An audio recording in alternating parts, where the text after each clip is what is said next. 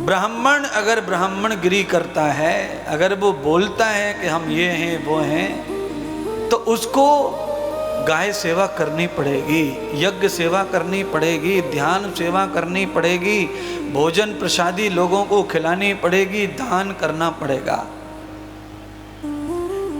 ब्राह्मण को दान लेने का जितना पुण्य होता है उतना दान देने का भी पुण्य होता है। केवल ले और ना दे तो ब्राह्मण खत्म हो जाएगा, लक्षण खत्म हो जाएंगे, तेरी तपस्या खत्म हो जाएगी, तेरी पूजा खत्म हो जाएगी, तेरा ऐश्वर्य चला जाएगा। इसीलिए ब्राह्मण को चाहिए कि वो अवश्य दान करे, अवश्य सेवा करे। ब्रह्म वेदाम अनिर्भूय। पुराने जमाने में कोई रास्ता चलते चलते गांव में रुक जाता था तो गांव वाले उसे पुरोहित जी के, पंडित जी के घर ले जाते थे, वहीं रुकता था, वहीं भोजन प्राप्त होता था। ये हमारी समाज का नियम रह चुका है।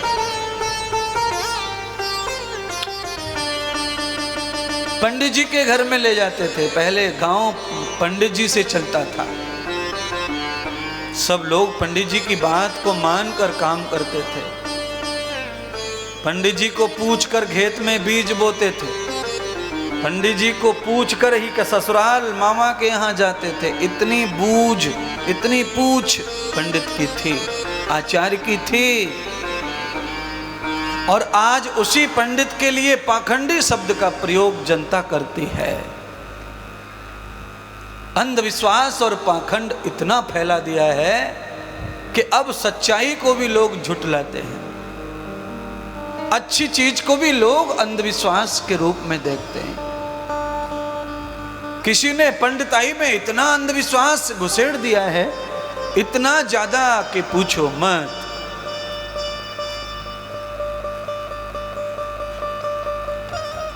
आत्मदेव ब्राह्मण बड़े धर्मात्मा, विद्वान, सदाचारी, आज कैसे मति फिर गई आत्मदेव की।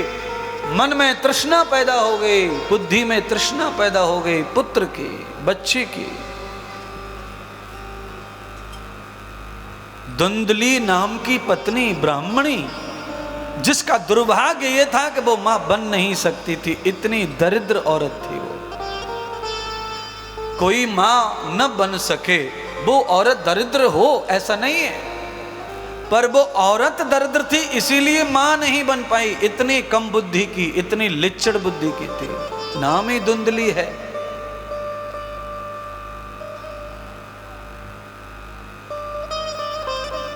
और ऐसी कम बुद्धि की औलाद अच्छी नहीं निकलती।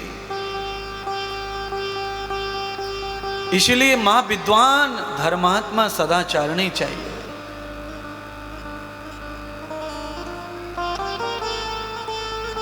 पिता दरिद्र हो तो चल जाता है, पर मां योग्य होनी चाहिए। ऋषि दयानंद के अनुसार, पतंजलि, कणाद, गौतम ऋषि, ये सब ऋषियों ने दर्शन शास्त्र में यह सिद्ध किया है।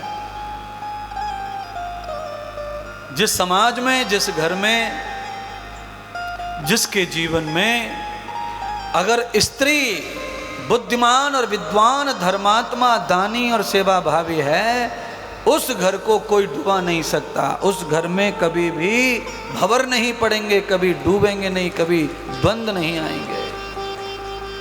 बड़े बड़े घाटे पड़ेंगे आपको फैक्ट्रियों में, पर पत्नी धर्मात्मा होने की वजह से आप झेल जाएंगे और दोबारा गाड़ी पटरी पर ले आएगी तुम्हारी पत्नी, संभाल के।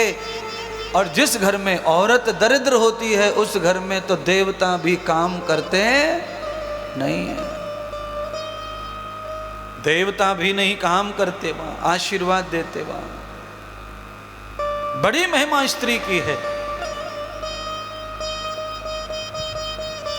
मैंने बहुत कथाएं की हैं महाराज, पर हाँ एक चीज मैं आज यहाँ कह सकता हूँ कि पांडाल में हर जगह 70-80% माताएं रहती हैं, 20% पुरुष रहते। पर ये कोटा में जो देख रहा हूँ ये कुछ अलग ही चमत्कार है। बराबर हिस्सेदारी में, पार्टनरशिप में बैठे हैं, जितनी माताएं उतने ही पुरुष हैं। ये मुझे बड़ी हैरानी लग रही है, इसीलिए मैं थोड़ा पुरुषों के बारे में कुछ कम बोलूँगा। आपकी प्रशंसा होगी अब कल से। क्योंकि मैंने आते से ही आपको टांग भर के पटक के मारो है, तो अभी मैंने आपको देखा कि आपकी वैल्यू, आपकी हाजिरी बराबर है माताओं से। बाकी जगह पंडालों में थोड़ा कम ज़्यादा होता है, हो सकता है अगले 6 दिन में कम ज़्यादा पड़ जाए। माताओं की भीड़ तो ज़्यादा होती ही हर जगह, तो यहाँ भी ज़्यादा ही होंगी। पर अभी मुझे अच्छा लग रहा है कि दोनों तरफ बराबर बराबर दिख रहे हैं। तो ये मैं कह सकता हूँ कि माताएं बढ़ेंगी तो पुरुष भी बढ़ेंगे आगे पंडाल में, तो संख्या बराबर बनी रहेगी। तो फिर जरूर गृहस्थ की गाड़ी बराबर खिंचती रहेगी और दौड़ती रहेगी, क्योंकि गृहस्थ की गाड़ी के ये दोनों ही पहिए हैं, इन पर ही ये गृहस्थ का संसार चलता है। पर कल्याण जब होगा तुम्हारा, गृहस्थ की गाड़ी के 2 पहिए पति और पत्नी, ये दोनों के दोनों बैल बनकर गृहस्थ की गाड़ी को खींचे, कर्म और धर्म के 2 पहिए लगे हों और सद्गुरु उसे हाँकने वाला हो, तो गाड़ी सफल ही सफल जाएगी महाराज।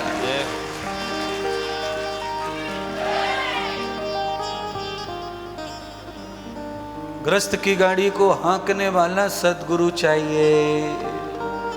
इसीलिए हमारे हिंदुओं में गुरु बनाते हैं।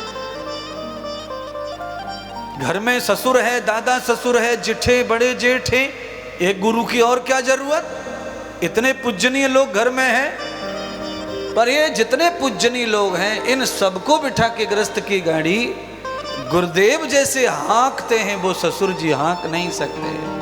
वो भंवर में डूबा है ससुर। अब समझ में ससुर है, रिश्ते में ससुर है, पर डूबा हुआ तो भंवर में है ना। अब जो खुद डूबा है वो दूसरों को कैसे निकाले। जेठ जी पूजनीय हैं पर भंवर में डूबे हुए हैं। उस सारे भंवर में से निकाले कौन, जो भंवर में ना हो वो निकाले। और वो कौन है? बहुत भजन है राजस्थानी भाषा में जो गुरु जी के लिए गाए जाते हैं।